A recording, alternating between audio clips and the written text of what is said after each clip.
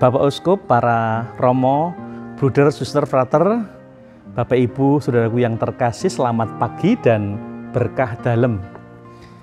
Hari ini tanggal 16 September 2022, kita bersama-sama akan mengawali hari ini dengan merenungkan sabda Tuhan. Kutipan Injil hari ini cukup pendek, maka izinkan saya untuk membacakannya. Dari Injil Lukas pasal 8 ayat 1 sampai dengan 13. Yesus berkeliling dari kota ke kota dan dari desa ke desa, memberitakan Injil Kerajaan Allah. Ke-12 murid menyertai dia, dan juga beberapa wanita yang telah disembuhkannya dari roh-roh jahat, serta berbagai macam penyakit selalu menyertai dia. Para wanita itu ialah Maria yang disebut Magdalena, yang dibebaskan dari 7 setan, Yohana dan istri Kusa, bendahara Herodes, serta Susana, dan masih banyak lagi yang lain. Wanita-wanita itu melayani seluruh rombongan dengan harta kekayaan mereka. Bapak Ibu yang terkasih dan saudara-saudaraku semuanya, saya membacakan sebuah kata-kata mutiara singkat yang menggambarkan tentang perempuan atau wanita. Perempuan itu mempunyai kekuatan batin yang sangat mempesona. Dia dapat mengatasi beban, bahkan melebihi laki-laki. Dia mampu menyanyi saat menangis, mampu tersenyum saat hatinya pilu. Dia dapat tertawa walaupun sedang menderita. Perempuan selalu punya kekuatan untuk mengatasi hidup.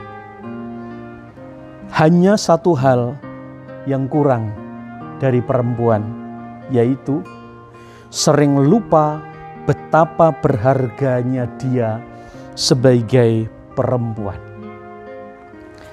Sebuah kutipan pendek yang juga menyentuh hati saya ketika hari ini membaca kisah 3 perempuan yang ternyata juga ikut menyertai Tuhan di dalam karya-karyanya, tentu bersama dengan para murid yang lainnya. Hanya di Injil Lukas lah pasal 8 ayat 1 sampai dengan 3 diceritakan adanya 3 perempuan itu. Maria Magdalena, kemudian Yohana dan juga Susana. Perempuan yang lain tidak disebut namanya, tetapi 3 orang itu disebut. Maria Magdalena ternyata dia pernah dibebaskan dari kuasa 7 roh jahat yang menguasai dirinya. Itu sebabnya kita bisa memahami mengapa ia sungguh sangat cinta kepada Tuhan. Dan dialah satu-satunya perempuan, bahkan melebihi dari para rasul.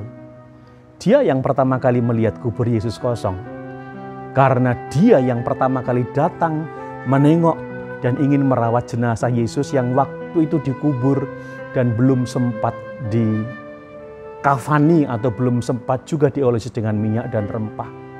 Inilah sebagai bukti tanda cinta Maria Magdalena kepada Tuhan yang telah membebaskannya dia dari kuasa roh jahat. Intinya apa?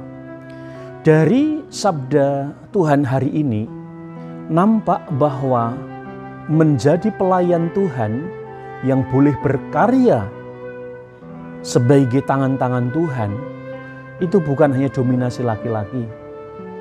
Memang Tuhan dulu memilih secara khusus 12 rasul laki-laki, sebagaimana tradisi patriarkat di Israel, Palestina. Tetapi ternyata sejak awal Tuhan juga memberikan kebebasan, keterbukaan terhadap para perempuan.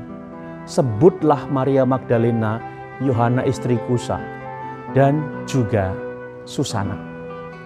Dan mereka memang menyertai melayani Yesus dengan kelimpahannya. Baik kelimpahan dalam arti harta benda yang mereka miliki, Tetapi kelimpahan artinya adalah kepenuhan hati untuk mempersembahkan hidupnya kepada Tuhan. Anda semua, saya, entah yang laki-laki dan perempuan, punya kewajiban yang sama menjadi pelayan Tuhan dimanapun itu. Dan apapun yang menjadi tanggung jawab kita, entah di rumah, entah di sekolah, entah di sawah, entah dimanapun, kita wajib untuk mempersembahkan, membaktikan hidup kita bagi Tuhan. Inilah dharma bakti kita yang kita persembahkan kepada Tuhan. Mari kita contoh ketika perempuan yang diceritakan di dalam Injil ini yang semoga dapat menginspirasi dan meneguhkan kita semua.